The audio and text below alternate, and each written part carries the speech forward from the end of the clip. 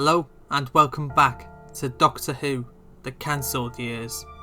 In this video, we'll be covering season 33 of Doctor Who. So, let's get started.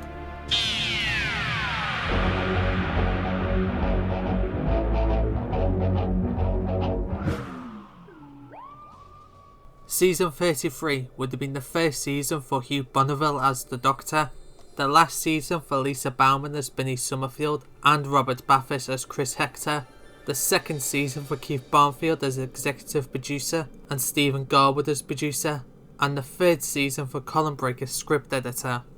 This season would have been the debut season for the 9th Doctor, Hugh Bonneville. This Doctor would have been a mix of the funness of the 4th Doctor with a hint of seriousness from other Doctors. As there's a new Doctor, there's a new title sequence. These titles were a mix of the traditional Doctor Who titles while resembling something similar to Star Trek Voyager. The most obvious influence being the shot of Earth and a cast being credited in the opening sequence. Along with this came a new theme tune done by relatively new Who composer Gavin Greenaway.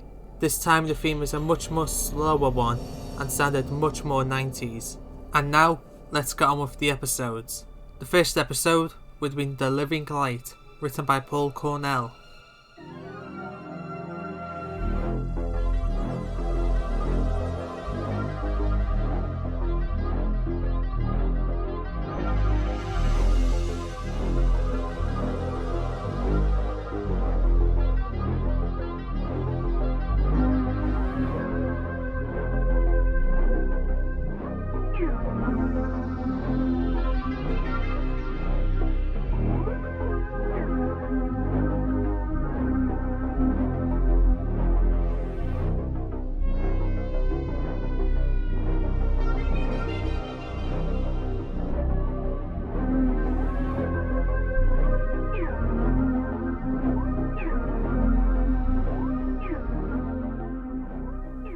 This would have been the post-regeneration story for the new Doctor and also would have been a pyramid story. The TARDIS arrives at the pyramid and the Doctor is going through a crisis as his regeneration has gone wrong. The story would have saw Bernice and Chris learning to trust the new Doctor and accept him while dealing with the main plot of the story. Long ago in Earth's history, the Silurians ruled the Earth. Living with the Silurians was a humanoid race named the Lamsai. When Earth came under threat from destruction, the Silurians retreated underground, but the Lamsai were able to abandon their bodies and evolve into creatures of light. They left Earth, never to return, as they believed it was destroyed. Millions of years later, the Lamsai would discover Earth wasn't destroyed and return to their planet. However, as their bodies rotted away centuries ago, they can only use human bodies with no souls in, so they begin possessing the bodies of the dead. Everyone is panicking as they're seeing their loved ones walking about with aliens inside of them. The Lamsai mean no harm, they just wish to live a normal life. But the humans aren't happy, this is their planet now. The story would have saw the new Doctor trying to make a peaceful solution between the two races. Everything seems to be going well at first, and it seems the two races may be able to coexist. However, all falls apart when a human faction attacks the Lamsai, which creates a full-on conflict. In the end, the Doctor sees no other option and has to help the Lamsai find a new home, as it's clear the two races will never get on. At the end of the story, Bernice and Chris come to their senses and learn that this new Doctor is the same man they once knew, and they both agree to continue travelling with him. The second episode would have been Forest of the Dead, written by Stephen Moffat.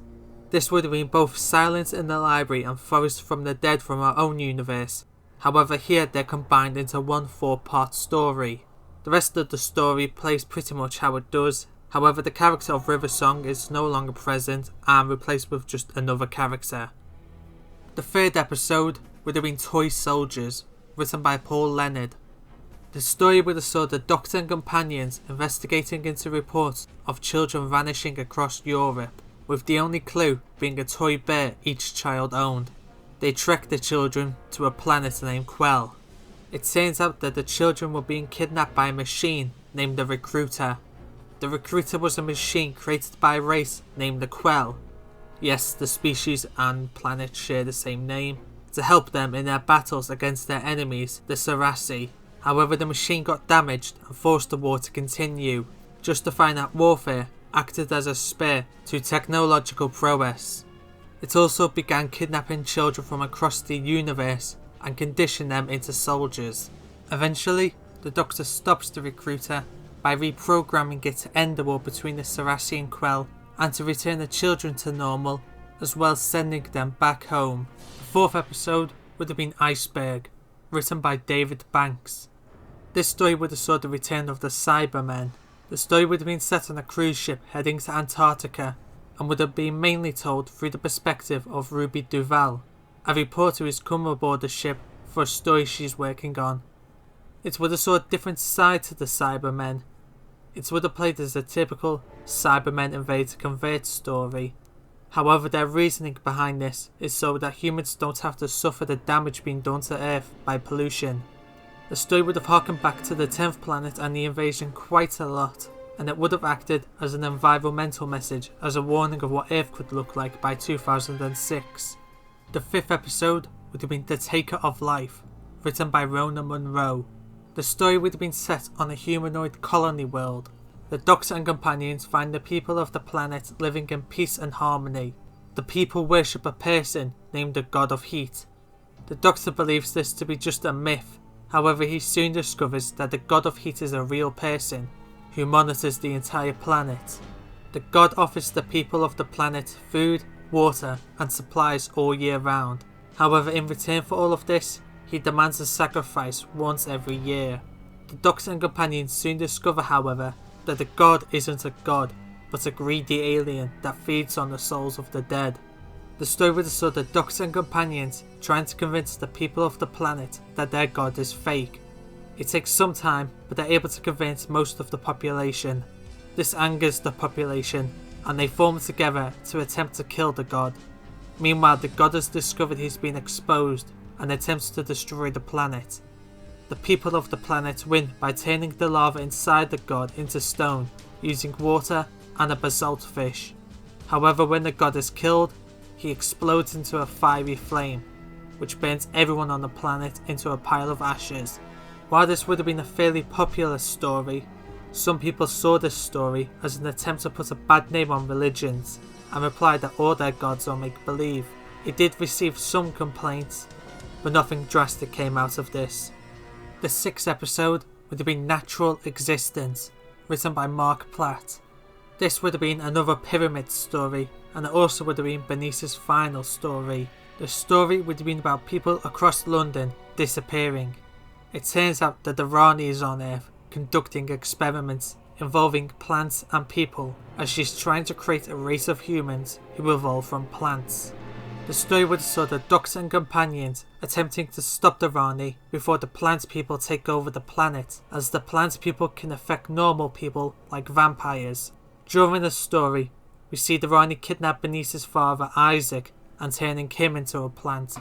Eventually, the Rani's plans are stopped, but she escapes in her TARDIS before the Doctor can stop her. However, unbeknownst to her, a dying and struggling Isaac has snuck himself on board the TARDIS and infected her with the plant virus as he slowly dies off. Back on Earth, Bernice is broken about the death of her father. Everyone is upset, and without Isaac, it seems the pyramid might be shut down. Bernice tells the Doctor that she wishes to stay on Earth and take over the pyramid in honour of her father.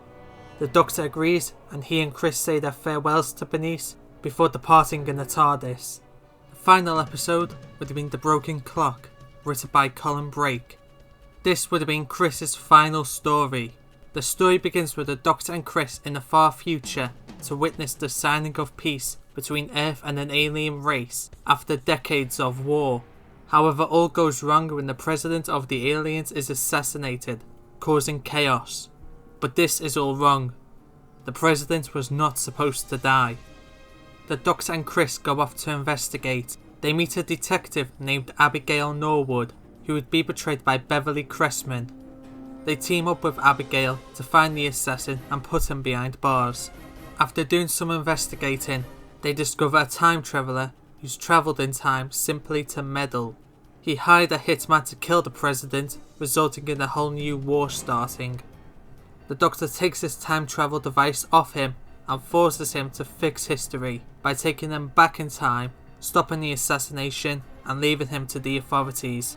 With the day solved, the Doctor and Chris return to the TARDIS, but without realising, they've accidentally taken Abigail with them. When they do realise, the Doctor apologises to Abigail and says he'll return her once he's finished analysing the time traveller's device. After analysing the device, he discovers that the traveller had been interfering in another part of history, so the Doctor connects the device to the TARDIS and sets it to travel to that point in history. They find themselves on board the Titanic and find the traveller attempting to stop the sinking of the Titanic. His plan works and the Titanic misses the iceberg. When he believes he's won and leaves the Titanic, the Doctor is forced to blow a hole in the side of the Titanic. So while history says the Titanic hit the iceberg, in reality it missed, but was sunk by the Doctor in order to keep the timelines intact. After this, the Doctor and Chris return to the TARDIS to try and return Abigail home. However, the TARDIS tracks down the origins of this traveller. They track him down to Earth in 2025 to a company named Broken Clock. They discover the company to be selling illegal time travel to the rich and wealthy, and that the traveller was just a rogue customer. You set your destination on a keypad and then a gateway opens up. You step through the gateway and end up in your destination, and you return to the present using a time device on your wrist. The Doctor isn't happy about this, so he, Chris and Abigail sneak into the company to try and shut down the time travel equipment before any more damage can be done to the timelines.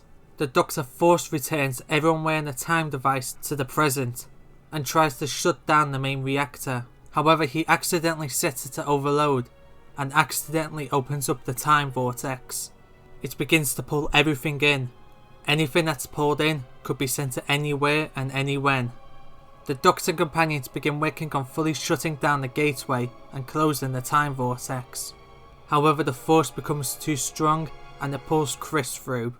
The Doctor begins to be pulled through himself, but with help from Abigail, he's able to close the gateway just in time.